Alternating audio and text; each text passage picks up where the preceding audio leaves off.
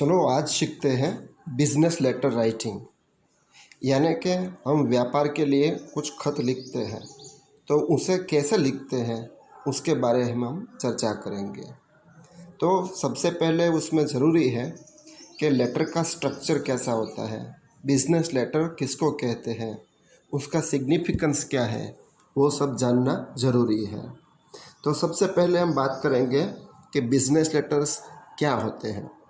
तो हम सब ने बहुत सारे खत लिखे हैं, तो उसको हम सोशल लेटर्स इसीलिए कहते हैं कि वो सोशल ऑब्जेक्टिव, यानी कि हम किसी काम से, अपने दोस्तों से, अपने रिश्तेदारों से खत लिखते हैं।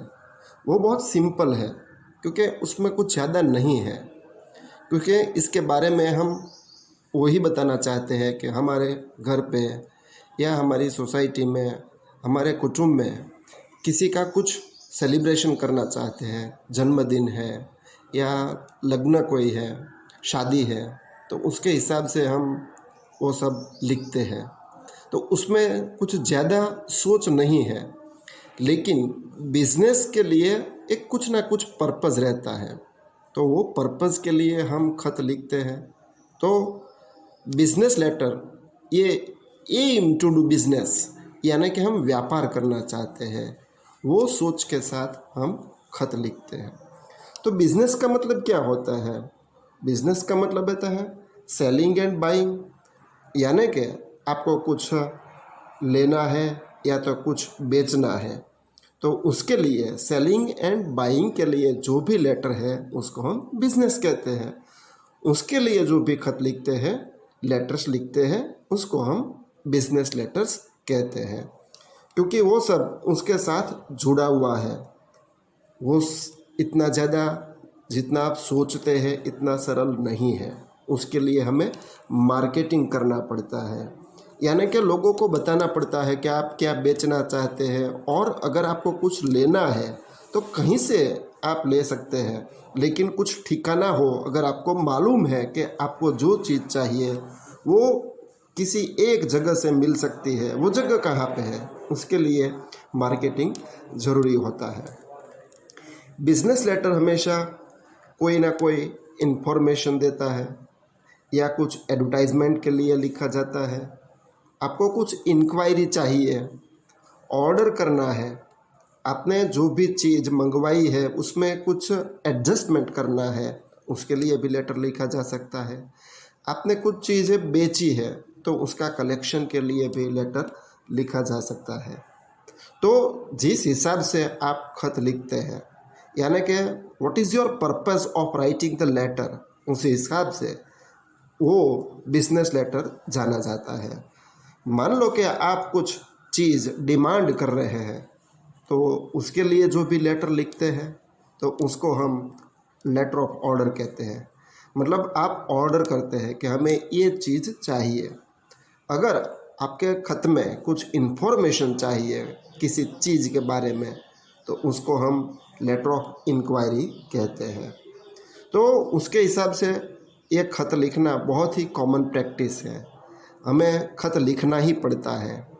और जिस तरह से आप खत लिखते हैं उसी हिसाब से मर्चेंट्स एंड कस्टमर्स दोनों नज़दीक आ सकते हैं।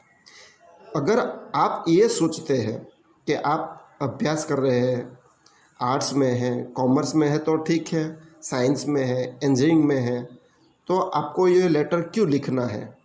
लेकिन जहाँ पे आप सर्विस करेंगे, जहाँ पे भी आप कुछ काम करेंगे, वहीं पे आपको कुछ ना कुछ हिसाब से खत लिखना ही पड़ेगा।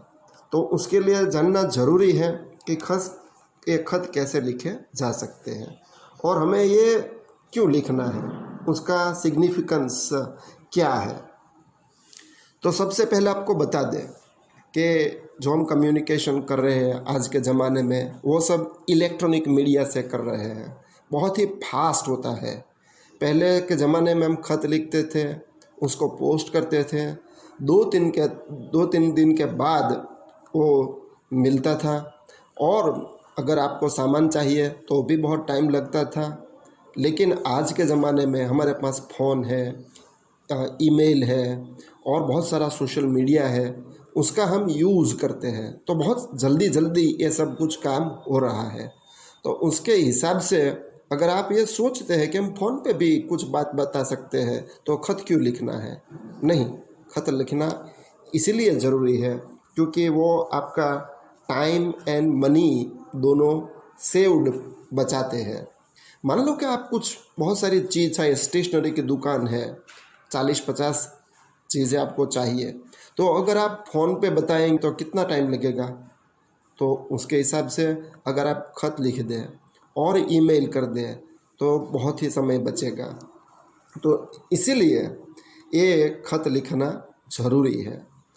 और भी एक बात है, अगर आप फ़ोन पे कुछ बताते हैं तो बोलने में कुछ गड़बड़ी हो सकती है, सुनने में कुछ प्रॉब्लम हो सकता है और उसका कुछ आपके पास डॉक्यूमेंट नहीं रहता, लेकिन आपने ख़त लिखा है तो ये ज़रूर आपके लिए एक प्रूफ, एक डॉक्यूमेंट बन सकता है और जो भी वहाँ पे है वो उसको देख के उससे हिसाब से काम कर सकता है। इसीलिए लेटर लिखना बहुत ज़रूरी है, ये एक वेरी इम्पोर्टेंट डॉक्यूमेंट बन जाता है। ऐसा भी हो सकता है कि मान लो कि आपने कुछ फ़ोन किया है, कुछ बातें उसको बताई है, अगर उसके हिसाब से आप उसका इंतज़ार कर रहे हैं तो गड़बड़ी हो सकती है। जिसको भी बताया है वो आदमी बदल गया है, कुछ नया मैनेजर आया है, स्टोर कीपर नया आया है, अकाउंटेंट नया है, तो उसको मालूम भी नहीं हो सकता है। लेकिन अगर प्लेस भी चेंज हुआ है, पीपल भी चेंज हुआ है, लेकिन आपने ख़त लिखा है तो एक डॉक्यूमेंट ज़रूर सबके पास रहेगा। तो कोई भी आदमी बदल गया हो, नया हो या पुराना हो, तो उसके हिसाब से उसके सामने आपका एक डॉक्यूमेंट रहेगा कि क्या चीज़ है, किसको चाहिए, कौन सी डेट में चाहिए, किस तरह से चाहिए, वो सब उसमें लिखा होगा। इसीलिए ये लेटर का सिग्निफिकेंस है, उसका सोच समझ के ये लिखना ज़रूरी है। तो लिखने के लिए आपको बहुत सारी चीज़ें मन में रखनी होंगी क्योंकि ये आसान काम नहीं है। जिस हिसाब से आप ख़त लिखते हैं, पर्पज़ ऑफ द लेटर, उसके हिसाब से आपको या तो चीज़ बेचनी है या लेनी है, तो उसके लिए ख़त लिखना ज़रूरी है। ये उसका सिग्निफिकेंस है। तो कैसे ख़त लिखते हैं? तो जैसे हमारा शरीर है, हम अपने शरीर को जानते हैं, कहाँ पे शीश है, कहाँ पे हमारा पैर है, हमारा टंग कहाँ पे है, हार्ट कहाँ पे है, ये हमारा बॉडी का स्ट्रक्चर है। ऐसे ही जैसे हम जान लें तो ख़त लिखना भी आसान काम हो जाएगा। तो यहाँ पे एक आपको एग्ज़ाम्पल दिया गया हुआ है, उसके हिसाब से आप देख लें कि कहाँ पे कौन सी चीज़ है। ये आप देखेंगे तो पता चलेगा कि राइट साइड में top of the letter address है और उसके नीचे डेट है, और लेफ़्ट साइड में बाईं तरफ इनसाइड एड्रेस है, और बाद में सब्जेक्ट है, सैल्यूटेशन है, बाद में 3 पैराग्राफ्स आपको दिखाया गया है। राइट साइड में हम साइन करते हैं और अंत में जो भी कुछ चीज़ें हम उसके साथ लगाना चाहते हैं, अटैचमेंट है, एनक्लोजर है, वो ये है। अगर ये आपको डायग्राम ये आपको मन में रहेगा तो आपको बहुत ही काम आसान हो जाएगा। अगर आपको पता है कि एड्रेस कहाँ पे लिखना है, मैसेज कहाँ पे लिखना है, साइन कहाँ पे करना है, तो ये आपका लिखने के लिए बहुत आसान काम हो जाएगा। तो ये डायग्राम आपको एक स्ट्रक्चर दिखाता है कि कैसा पार्ट कहाँ पे है, तो उसके हिसाब से आप काम करना शुरू करें। ये चीज़ बहुत ही इम्पोर्टेंट है। अगर उसमें कुछ आगे पीछे हो गया तो आपका ख़त ठीक तरह से नहीं लिखा गया हुआ ऐसा सबको मालूम पड़ेगा और ये एक बैड इम्प्रेशन क्रिएट करेगा। सामने वाले को ऐसा लगेगा कि आपको पता भी नहीं है कैसे आप ख़त लिखते हैं। तो ये जान लें कि कैसे लिखना है। तो सबसे पहले हम बात करेंगे 1 बाय 1 जो भी पार्ट्स है वो कैसे लिखा जाता है। तो सबसे पहले चीज़ आती है हेडिंग, यानी कि एड्रेस। तो हेडिंग का मतलब क्या है, जैसे हमारा शीर्ष है, हेड है, उसी हिसाब से एक खत का भी हेडिंग रहता है। हमेशा याद रखें कि वो टॉप ऑफ द लेटर लिखना है। खत के शुरुआत में राइट साइड में ऊपर की तरफ आपका एड्रेस लिखना है। जो भी खत लिखता है, राइटर्स एड्रेस, और जो भी कंपनी है, फर्म है, ऑर्गेनाइजेशन है, उसका address top of the letter right side में लिख सकते हैं। ऐसा नहीं है कि राइट साइड में ही लिखे, वो हम लेआउट में बात करेंगे, लेकिन लेफ़्ट साइड में भी लिख सकते हैं, बीच में भी लिख सकते हैं। आपकी कंपनी का एथिक्स क्या है, सोच क्या है, किस तरह की कंपनी है, उसके हिसाब से आप एड्रेस लिख सकते हैं। बहुत बार ऐसा भी आपने देखा होगा, आपके घर खत आता होगा तो, कि कई कंपनियां अपना address bottom of the letter भी लिखते हैं, तो वो भी कर सकते हैं। कई कंपनियां तो लेफ़्ट साइड वो मार्जिन में भी अपना एड्रेस लिखते हैं। ज़माना बदल गया है, बहुत सारी चीज़ें क्रिएटिवली आ रही है, तो उसके हिसाब से आप एड्रेस लिखिए। अगर आप कंपनी में काम कर रहे हैं तो एड्रेस आपको पूरा छपा हुआ मिलेगा, प्रिंटेड आपको मिलेगा, तो सोचने की बात नहीं है, क्योंकि वो रेडीमेड है। अगर रेडीमेड नहीं है, आप कंप्यूटर पे काम कर रहे हैं, आपको लिखना है, तो ये ज़रूरी है। और याद रखें कि आपका एड्रेस में क्या क्या चीज़ होनी चाहिए। तो उसमें आपका full address, phone number, fax number, email address, website, जो भी आप इंफॉर्मेशन देना चाहते हैं वो सब हेडिंग में आएगा। अगर आप एग्ज़ाम में कुछ लिख रहे हैं तो आप एक एड्रेस का एग्ज़ाम्पल भी दे सकते हैं कि कैसे लिखा जा सकता है। यहाँ पे जो आपको दिखाया गया है तो देखेंगे कि कलरफुल है, कंपनी का नेम लिखा हुआ है, और राइट साइड में एड्रेस, फ़ोन नंबर सब कुछ लिखा गया है। कितना कलरफुल और अट्रैक्टिव है। हेडिंग देख के ही एक अच्छा इम्प्रेशन जो भी लेटर पढ़ रहा है उसके दिमाग में आएगा, तो एक अच्छी चीज़ बनेगी ना, आपको पढ़ने का मन होगा ना। इसीलिए हेडिंग ठीक तरह से लिखना ज़रूरी है। बहुत सारी कंपनी ऐसी भी होती है कि जो अपने हेडिंग में सिंबल्स का यूज़ करती है। वो जो सिंबल्स है वो लोगो बोलते हैं या मोनोग्राम भी कहते हैं, वो भी आपका कंपनी का जो भी हेडिंग है उसमें प्रिंटेड होता है। यहाँ पे आप देख सकते हैं पर्पल फ्लेम लिखा है, तो पर्पल फ्लेम एक अपने अंदाज से लिखा गया, उसका एक लोगो बनाया गया है, पर्पल फ्लेम दिखाई गई है, बैकग्राउंड डार्क है, और फॉन्ट पर्पल फ्लेम लिखा गया है वो कुछ अलग सा है, वो वाइट है, तो इमीडिएटली वो सब आप दिख सकते हैं। तो मोनोग्राम है या होलोग्राम है, लोगो है, तो वो कलरफुल होना चाहिए, अट्रैक्टिव होना चाहिए। उसका फॉन्ट साइज़, वो उसमें वैरायटी भी आप रख सकते हैं। जैसी आपकी कंपनी है उसके हिसाब से ये कर सकते हैं। अगर आप एग्ज़ाम दे रहे हैं तो एग्ज़ाम में ये कुछ करना ज़रूरी नहीं है, लेकिन आपको पता होना चाहिए कि मोनोग्राम किसे कहते हैं, वो कहाँ पे होता है। ऐसा भी नहीं है कि मोनोग्राम या जो भी सिंबल वो हेडिंग के साथ ही हो। बहुत सारी कंपनी सिर्फ हेडिंग, वो मोनोग्राम ही टॉप ऑफ द लेटर रखते हैं, और लेफ़्ट साइड में भी हो सकता है और राइट साइड में भी हो सकता है। बहुत सारी कंपनी अपना लोगो है वो at the bottom of the letter भी रख सकती है।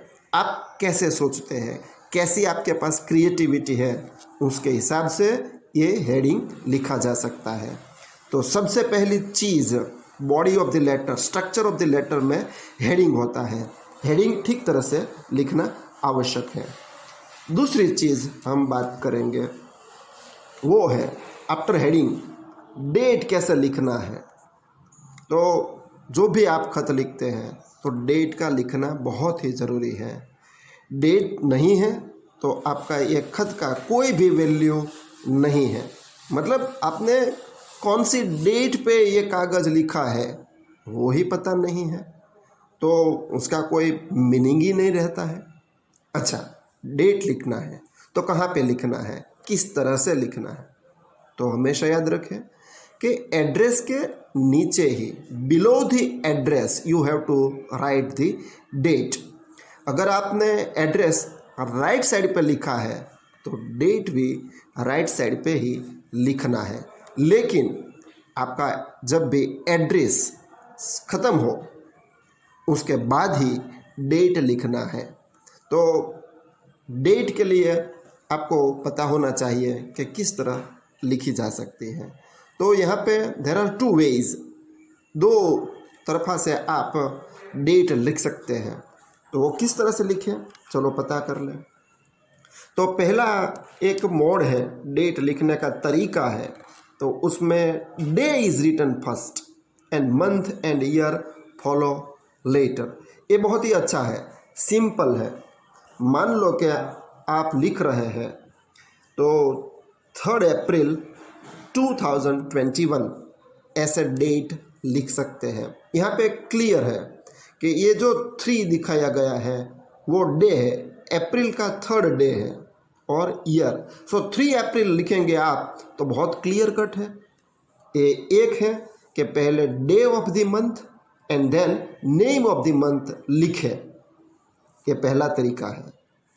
दूसरा तरीका, month is written first and day next and then the year, यानी कि आप अप्रैल 3 ऐसे भी लिख सकते हैं। April is the name of the month, first लिख गया, 3rd वो डे है और बाद में आप साल लिख सकते हैं। तो ये 2 तरीका है, उसी हिसाब से आप लिखें। लेकिन हमारे देश में ये चीज़ बहुत मायने बहुत सारे लोग नहीं रखते हैं, वो अपने हिसाब से ये डेट्स लिखते हैं। कैसे लिखते हैं आप सबको पता है कि जैसे ये 3/4/2021 और 4/3/2021 ऐसे डेट लिखते हैं। ये नॉर्मल है हमारे देश में, लेकिन ये कुछ तरीका नहीं है। ठीक है, आप ऐसे अपनी कंपनी में काम करते हैं लोग तो उसके हिसाब से आप लिख सकते हैं। लेकिन अगर आपका कम्युनिकेशन आउट ऑफ कंट्री है तो वो सब अपने हिसाब से लिखते हैं, वहाँ पे कुछ गड़बड़ी हो सकती है।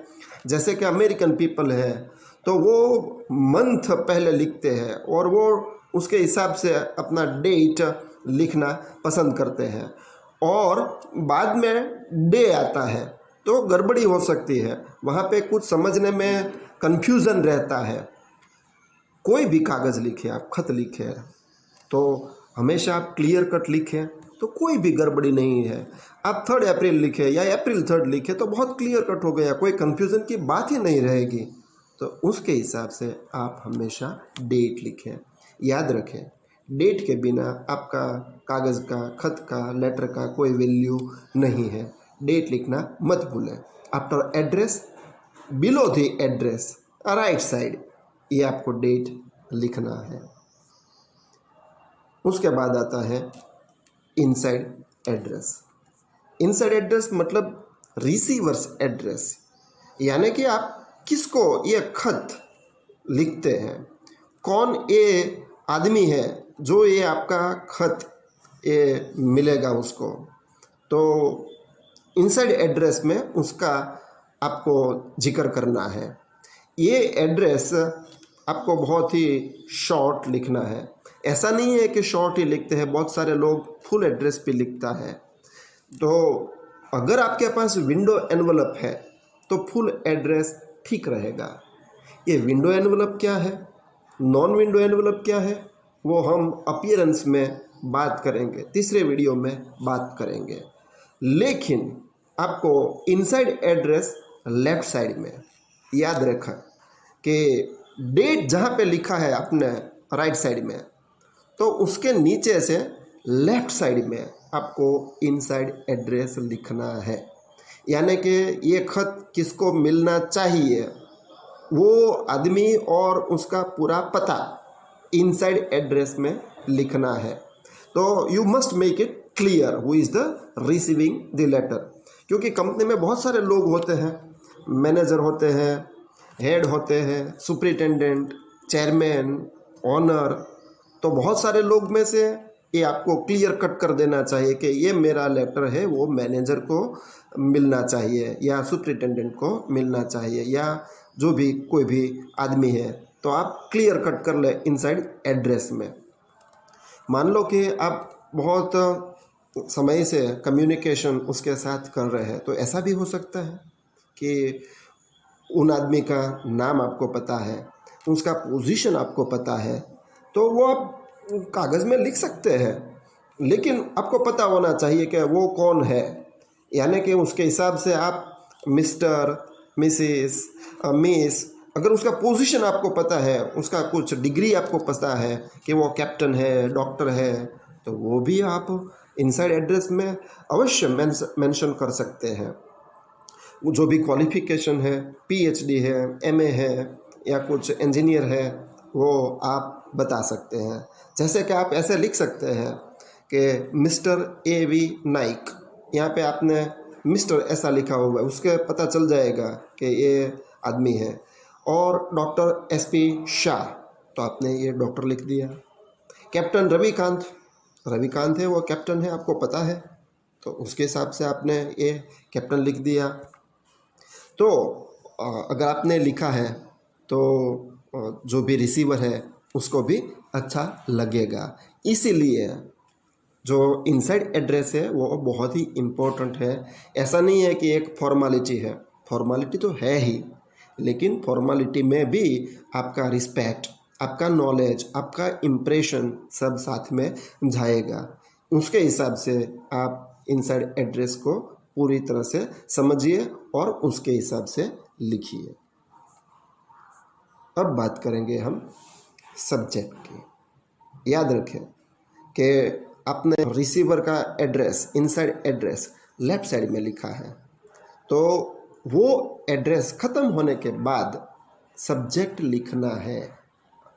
माइंड वेल और ऑल्सो कीप इन माइंड कहाँ पे सब्जेक्ट लाइन होनी चाहिए, क्योंकि बहुत सारे लोग हैं वो गड़बड़ करते हैं, वो सब्जेक्ट लाइन इनसाइड एड्रेस से पहले लिखते हैं, वो ठीक नहीं है।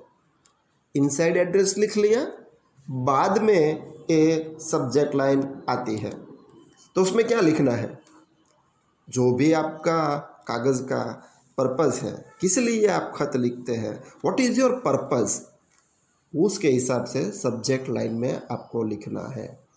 वो बहुत शॉर्ट एंड इफ़ेक्टिव लिखना होता है।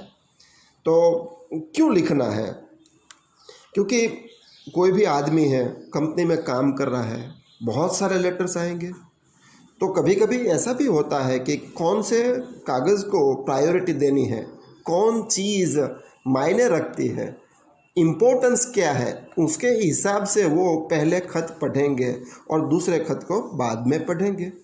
तो अगर आपका खत में सब्जेक्ट लिखा हुआ है तो सब्जेक्ट के हिसाब से रिसीवर उसको पढ़ना पड़ेगा। और दूसरी भी चीज़ है कि जो भी रिसीवर है उसको पता भी होना चाहिए कि ये खत किस लिए लिखा है, what is the purpose of writing the letter, उसके हिसाब से वो खत पढ़ेंगे। मतलब उसके मन में पहले से ये आ जाता है कि ये खत किस लिए लिखा गया है।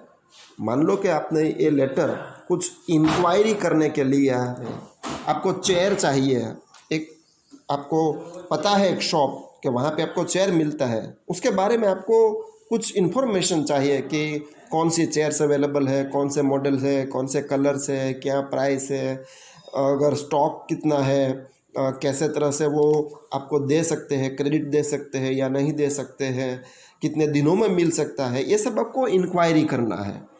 तो वो सब इंक्वायरी आप इंक्वायरी लेटर में कर सकते हैं। तो जो भी खत लिखते हैं उसमें क्लियर कट कर दीजिए कि ये मेरा खत इंक्वायरी के लिए है और चेयर्स की इंक्वायरी के लिए है। तो इंक्वायरी फॉर चेयर्स, इतना सिंपल, इफ़ेक्टिव, शॉर्ट आप सब्जेक्ट लिखेंगे तो क्लियर कट हो जाएगा। तो subject must be short, clear, effective and giving the idea of the letter. तो ऐसा सब्जेक्ट लिखना है। तो इनसाइड एड्रेस के बाद सब्जेक्ट बाईं तरफ से शुरू करें और एकदम शॉर्ट लिखें। उसके बाद आता है सब्जेक्ट, के बाद आता है सैल्यूटेशन। सैल्यूटेशन मतलब जो भी रिसीवर है आप किस तरह से उसको बुलाएंगे, किस तरह से आप उसको कहेंगे। तो जिस तरह से आप उसको एड्रेस करते हैं तो उसमें एक हमेशा फीलिंग या इमोशन रहता है। नो डाउट कि बिजनेस लेटर में हम फीलिंग या इमोशन को बहुत मायने नहीं रखता है, लेकिन एक रिस्पेक्ट तो होना चाहिए। तो किस हिसाब से आप उसको रिस्पेक्ट देते हैं तो वो सैल्यूटेशन है। क्योंकि भी जो भी आदमी आपका खत पढ़ रहा है, लेटर पढ़ रहा है, उसको भी हार्ट है। वो अगर ठीक तरह से आपने उसको बुलाया है तो सम्मान के साथ बुलाया है हमेशा, तो आपका काम अच्छा रहेगा, आपका इम्प्रेशन भी अच्छा रहेगा। तो हमेशा सैल्यूटेशन एक रिस्पेक्ट दिखाता है, तो उसके हिसाब से वो रिस्पेक्ट आपको लिखने में भी दिखाना पड़ेगा। आपके हृदय में है लेकिन आप नहीं दिखाते हैं तो क्या बात है। अगर मन में है, आप उसको सम्मान देते हैं, तो ये सम्मान को हमेशा अपने कागज़ में रिफ्लेक्ट कीजिए। आप ऐसे लिख सकते हैं जैसे कि रिस्पेक्टेड सर, आपको पता है कि वो मेल है तो सर लिख सकते हैं। अगर आपको पता है कि वहाँ पे मैम है तो रिस्पेक्टेड मैम ऐसे भी लिख सकते हैं। अगर आपको पता नहीं है वहाँ पे कौन है तो ऐसा जनरली लिखा जाता है रिस्पेक्टेड सर। लेकिन ऐसा नहीं है कि रिस्पेक्टेड लिखना ही है। हमारे मन में ऐसा भी कई बार आता है कि जो आदमी को हमने देखा नहीं है तो वो रिस्पेक्टेड कैसे हो सकता है। लेकिन हमें ये सोचना है कि जिसके भी साथ हम बात करते हैं, कम्युनिकेशन करते हैं, वो अच्छा ही आदमी है, उसके बारे में हम अच्छा सोचे तो उसमें बुरा क्या है। अगर आप अच्छा सोचेंगे तो अच्छा ही नतीजा आएगा। तो इसलिए सिर्फ सर मैम वो लिखते हैं, लेकिन उसके बजाय आप डियर सर डियर मैम भी लिख सकते हैं। ऐसे ही आप सैल्यूटेशन कीजिए। उसके बाद आता है बॉडी ऑफ द मैसेज, यानी कि आपने जो भी कागज़ लिखा है, खत लिखा है, लेटर लिखा है, उसमें हम क्या लिखना चाहते हैं। तो सामान्यतः वहाँ पे बहुत सारे पैराग्राफ्स हमें लिखना पड़ता है। ऐसा नहीं है कि पैराग्राफ्स एक भी पैराग्राफ हो सकता है, दो भी हो सकते हैं, तीन भी हो सकते हैं, ज़्यादा भी हो सकते हैं, लेकिन कम से कम कोई भी कागज़ में मिनिमम 3 पैराग्राफ्स तो होता है। जब भी मैं मिनिमम बोलता हूँ वो एक जनरल आइडिया है। आप कई बार एक ही पैराग्राफ में भी खत पूरा हो सकता है, ऐसा देखा होगा। तो जिस हिसाब से हम खत लिखते हैं, कागज़ लिखते हैं, तो वो क्लियर कट कर देना चाहिए, क्योंकि हम उसके हिसाब से कागज़ लिखते हैं, रिसीवर उसके हिसाब से पढ़ते हैं। जो भी कागज़ लिख रहे हैं, खत लिख रहे हैं, तो उसको पूरी तरह से लिखें, यानी कि डिटेल्स ऑफ द पर्पज़, किस हिसाब से आपने कागज़ लिखा है तो उसका सब डिटेल्स आपको लिखना है। तो डिटेल्स में क्या होता है बिजनेस में, तो आपका क्वांटिटी है, क्या प्राइस है, साइज़ क्या है, शेप, कलर और जो भी चीज़ ज़रूरी है उसके हिसाब से ये सब क्लियर कट लिख दे, ताकि वो जो भी आपको माल गुड्स भेजने वाला है या ट्रांसपोर्टेशन में आपको भेजते हैं तो क्लियर कट होना चाहिए। तो गुड्स के बारे में जिस हिसाब से आपने खत लिखा है वो सब क्लियर कट कर दें। और भी चीज़ है वो ना भूलें कि किस तरह से आप ट्रांसपोर्टेशन करना चाहते हैं, पेमेंट किस तरह से होगा, पैकेजिंग कैसा होगा, वो भी लिखना मत भूलें, क्योंकि वो बहुत ही इम्पोर्टेंट है। अगर आपने मेंशन नहीं किया है तो कुछ गड़बड़ी हो सकती है, तो वो गड़बड़ी के लिए जिम्मेवार आप होंगे, नहीं कि आपको जो भी लोगों ने गुड्स सेंड किया है। तो आप अगर मान लो कि आप भेज रहे हैं तो भी क्लियर कर दें। अगर आप कुछ चीज़ मंगवा रहे हैं, लेनी है, बाइंग है, तो भी आप बता दें कि किस तरह से आपको ये सब रिसीव करना है। तो ये सब चीज़ें किस तरह से लिखनी है। तो हमेशा पहला पैराग्राफ एक इंट्रोडक्टरी होता है, थैंक यू वेरी मच और very happy to inform you, ये मेरा खत है, इसके बारे में खत है, वो सब इंट्रोडक्टरी पैराग्राफ होता है। सेकंड पैराग्राफ जो भी पर्पज़ है लेटर का वो लिखना है, तो सेकंड पैराग्राफ बहुत ही इम्पोर्टेंट है क्योंकि जो भी डिटेल्स हमने बताई है वो सब सेकंड पैराग्राफ में लिखना है। और तीसरा पैराग्राफ में आप ऐसा एक्सपेक्ट करते हैं कि जल्दी से मिलेगा और आप कोऑपरेट करेंगे, आपका शुक्रिया, तो you have to express hope and thanks in the last paragraph. This is how 3 paragraphs are written. First paragraph is introductory one. Second paragraph is very important. You have to give all details, make everything clear, and then the last paragraph. That is how you have to write 3 paragraphs. This is the very important body. You can say हमारे जैसे शरीर का important हिस्सा है, heart है, lungs है, stomach है, वो इम्पोर्टेंट चीज़ है, तो उसके हिसाब से ये middle part of the letter है, बॉडी ऑफ द मैसेज वहीं पे आपको लिखना है। तो लेटर का वेरी वाइटल पार्ट है आपका, इसीलिए आपने खत लिखा है, याद रखें। वो कैसे लिखना है वो हम लास्ट वीडियो में देखेंगे, क्योंकि जिस तरह से आपने खत लिखा है, कैसी लैंग्वेज है, कितना शॉर्ट है, आपने किसी स्टाइल से लिखा है, आपका एटीट्यूड क्या है, वो सब यहाँ पे बॉडी ऑफ द मैसेज में देखा जाएगा। तो ये वेरी वाइटल है, वेरी इम्पोर्टेंट है, आपका इम्प्रेशन है वो सब यहाँ पे दिखा जाएगा। तो बी केयरफुल, वेरी केयरफुल रह के ये आप लिखें। अब बात करेंगे हम कॉम्प्लीमेंट्री क्लोज के बारे में। वो क्या है?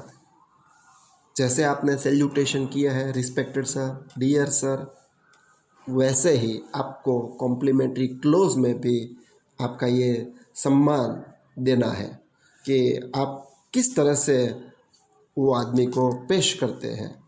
तो कर्टसी है एक प्रकार की, सौजन्य आपका किस तरह सा है, तो वो यहाँ पे at the end of the letter लिखना है।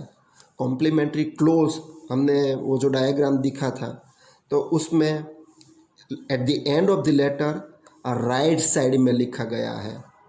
याद रखें कि राइट साइड में लिखना है। लेआउट अगर आपका चेंज होता है तो उसका भी पोजीशन चेंज होता है, लेकिन कॉमनली सामान्यतः हम कॉम्प्लीमेंट्री क्लोज राइट साइड में लिखते हैं। कैसे लिखते हैं? आप ये क्लोजेस यूज़ कर सकते हैं। Yours sincerely, sincerely yours, mostly हम योर सिंसियरली लिखते हैं, लेकिन आप वर्ड्स चेंज कर दें तो कितना अच्छा लगेगा। सिंसियरली योर्स लिख दें, योर्स फेथफुली, और you can say faithfully yours, और अदर वर्ड्स भी you can use truly yours, yours truly, ऐसे भी। लेकिन emotional words we should not use. जैसे हम दोस्त को लिखते हैं, हमारे रिश्तेदारों को लिखते हैं कि लविंगली योर्स और अफेक्शनेटली योर्स, तो ऐसा वहीं पे नहीं लिखना है। ये इसीलिए ज़रूरी है कि रिसीवर और आपके बीच में, राइटर्स एंड रिसीवर दोनों के बीच में एक ब्रिज बनता है। एक रिलेशनशिप बिल्ड करने के लिए वो बहुत ज़रूरी है, तो आप ये मत भूलें। तो ये कॉम्प्लीमेंट्री क्लोज के बारे में आपको बताया। अब बात करेंगे हम साइन की। तो साइन कहाँ पे करना है? जैसे डेट के बिना लेटर वैल्यू नहीं करता है, ऐसे ही आपका लेटर में साइन नहीं है तो वो डॉक्यूमेंट का वैल्यू नहीं रहता है। अगर आपने साइन किया है तो उसका मतलब है लेटर इज़ एन ऑथोरिटी, क्योंकि कोई ना कोई तो होना चाहिए कि जो जिम्मेवारी ले। तो जिसकी साइन है वो जिम्मेवार आदमी बन जाता है। तो कौन जिम्मेवार आदमी होता है? वो कंपनी डिसाइड करती है, उसकी साइन लेनी है, तो उसका sign at the end of the letter होता है। लेकिन साइन करने में भी एक तरीका रहता है कि साइन करते हैं तो उसके नीचे हमेशा नाम रहता है और उसका पोस्ट भी मेंशन करता है। हमारे देश में बहुत सारी बार मैंने देखा है कि लोगों को साइन करना अच्छी तरह से नहीं पता, किस तरह से साइन करना चाहिए। तो वो जहाँ पे मार्क किया होता है उसके नीचे साइन करते हैं। इसलिए आप देखेंगे कि चेक में और विड्रॉल फॉर्म से बहुत सारी पोस्ट में भी आप फॉर्म्स देखेंगे तो वहाँ पे एक क्रॉस मार्क करते हैं और वहीं पे आपको साइन करना है, वैसे लिखते भी हैं। इसका मतलब ये है कि हमें पता ही नहीं है कि कैसे हम साइन करते हैं। तो हमेशा याद रखें कि पहले साइन होना चाहिए, बाद में नाम आना चाहिए, और बाद में अगर आपका कोई पोस्ट है, मैनेजर है, हेड है, कोच है, जो भी है, तो वो बाद में आपको बताना है। तो साइन इस तरह से आपको करना है। तो जो भी कंपनी में रिस्पॉन्सिबल आदमी है वो साइन करेंगे। तो साइन के बिना आपका लेटर ना जाए वो हमेशा आपकी जिम्मेवारी है, वो देख लेना है। तो sign is very very important and आपको पता कर लिया है कि कैसे साइन करना है। सामान्यतः साइन होने के बाद हम मानते हैं कि हमारा लेटर पूरा हो गया है, लेकिन ऐसा नहीं है। एक चीज़ बाकी है, वो है एनक्लोजर। एनक्लोजर क्या है? तो अटैचमेंट है। अटैचमेंट का मतलब हम अपने कागज़ के साथ, खत के साथ, लेटर के साथ कई बार कुछ ना कुछ चीज़ अटैच करनी पड़ती है, साथ में भेजनी पड़ती है। वो आपके लेटर के साथ कौन कौन सी चीज़ आपने वहीं पे रखी है, कौन कौन सी चीज़ अटैच की है, वो ज़रूरी पड़ता है। तो इसीलिए आपको वहीं पे मेंशन करना पड़ता है कि ये चीज़ हमने ये कागज़ के साथ, ये खत के साथ रखी है, उसका मेंशन करना ज़रूरी है। तो वो जो भी चीज़ आप मेंशन करते हैं वो एनक्लोजर कहा जाता है या अटैचमेंट कहते हैं। लेकिन हमेशा लेटर में एनक्लोजर ऐसा शब्द लिखते हैं, वो ही पॉपुलर है, वो ही लिखना है। इनसाइड द एड्रेस आपने जो भी बॉडी ऑफ द मैसेज है वहीं पे लिखा है कि अटैच किया हुआ है, लेकिन eight the and enclosure word लिखते हैं। कभी कभी पूरा वर्ड नहीं लिखा गया था, ENCL इतना शॉर्ट ही वर्ड लिखा गया होता है। तो आपको समझना है कि ये एनक्लोजर है। तो हम लेटर में क्या क्या एनक्लोज कर सकते हैं वो देख लें। तो कोई आप चेक है, ऑर्डर फॉर्म है, इनवॉइस है, कई बार कैटलॉग भी आप भेज सकते हैं, प्राइस लिस्ट भी हो सकता है। ये सब चीज़ हम खत के साथ, कागज़ के साथ, हमारे लेटर के साथ अटैच कर सकते हैं, उसको हम एनक्लोजर करते हैं। ऐसा नहीं है कि हर बार एनक्लोजर है ही। अगर नहीं है तो आपको ये मेंशन करना नहीं है। अगर आपके लेटर में एनक्लोजर है तो ही आप उसका मेंशन करें, जिक्र करें, अन्यथा नहीं। तो ये सब चीज़ें हम ये जो भी लेटर लिखना चाहते हैं, कोई भी लेटर लिखना चाहते हैं, ऐसा मत सोचिए कि बिजनेस लेटर है या सोशल लेटर भी उस तरह से लिखते हैं। अपनी ऑफिस में भी कई बार आपको लेटर्स लिखना पड़ता है। तो एक जनरल कॉमन एक स्ट्रक्चर रहता है। अगर आपको ये स्ट्रक्चर पूरी तरह से समझ में आ गया है तो आपको लेटर लिखना आ गया है। एप्लीकेशन भी बहुत बार करनी पड़ती है, तो एप्लीकेशन का भी यही फॉर्मेट रहता है। याद रखें, मैं हमेशा कहता हूँ कि एक कॉमन ये फीचर है, एक कॉमन स्ट्रक्चर है, उसमें बदलाव आ सकता है, होता है। और किस तरह से बदलाव आता है, ये स्ट्रक्चर कहाँ पे चेंज होता है, उसके बारे में हम लेआउट में बात करेंगे। लेकिन आज का ये वीडियो आपको एक क्लियर कट मैसेज दे सकता है कि आपका खत का, लेटर का स्ट्रक्चर कैसा है, कौन सी चीज़ कहाँ पे है, ये आपको पता कर लिया है। अगर आपको अच्छा लगा है तो आपको दोस्तों को भी भेजिए। अगर आपको कुछ इंक्वायरी है तो यहाँ पे मेरा ईमेल एड्रेस भी दिया गया हुआ है, आप अवश्य हमें इंक्वायरी करिए। Thank you very much for watching the video.